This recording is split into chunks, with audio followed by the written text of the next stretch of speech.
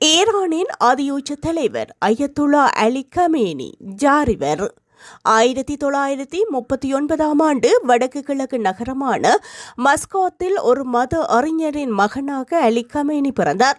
1962 ஷா முகமது ரேசா பெல்லவிக்கு எதிராக அயத்துல்லா கொமேனியின் மத எதிர்ப்பு இயக்கத்தில் சேர்ந்தார். 1979 இஸ்லாமிய புரட்சிக்கு பின்னர் அலி கமேனி துணை பாதுகாப்பு அமைச்சரானார் மற்றும் இஸ்லாமிய புரட்சிகர பாதுகாப்பு படையை ஒழுங்கமைக்க உதவியிருந்தார். 1989 ஜூன் மாதம் கொமேனியின் மறைவுக்கு பின்னர் நிபுணர்கள் பேரவை அலி கமேனியை புதிய அதி உயர் தலைவராக தேர்ந்தெடுத்தது.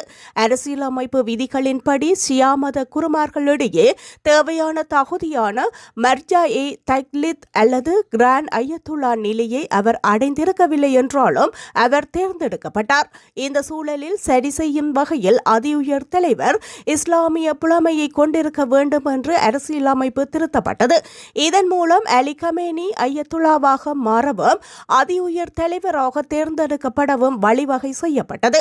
அவர் ஈரானின் அரசியல் மற்றும் அதன் ஆயுத படைகளின் மீது வலுவான பிடியை பேணி வந்தார். மேலும் ஆளும் முறைக்கு எதிரான சவால்களை சில நேரங்களில் வன்முறை மூலம் கடுமையாக ஒடுக்கியிருந்தார். அயத்துல்லா கமேனி அமெரிக்காவுடனான தற்போதைய மோதல் உட்பட வெளிவிவகாரங்களில் தொடர்ந்து கடும்போக்கு நிலைப்பாடுகளை கொண்டிருந்தார். அவர் மேற்கத்திய நாடுகள் குறிப்பாக அமெரிக்காவுடனான உறவுகள் குறித்தும் சந்தேகம் கொண்டவராகவே இருந்து வந்துள்ளார். மேலும் இஸ்ரேல் அரசு அளிக்கப்பட வேண்டும் என்று மீண்டும் மீண்டும் அழைப்பு விடுத்திருந்தார். ஈரான் மீது தாக்குதல் நடத்தினால் அமெரிக்கா மீது பதில் தாக்குதல் நடத்தப்படும் என பகிரங்கமாக அறிவித்திருந்தார். இறுதியில் இஸ்ரேல் மற்றும் அமெரிக்காவின் கூட்டு ராணுவ நடவடிக்கையில் அவர் கொல்லப்பட்டிருந்தார். 6 குழந்தைகளை கொண்ட கமேனியின் ஆட்சியின் போது ஈரானில் 7 ஜனாதிபதிகள் பணியாற்றியுள்ளமையும் குறிப்பிடத்தக்கது.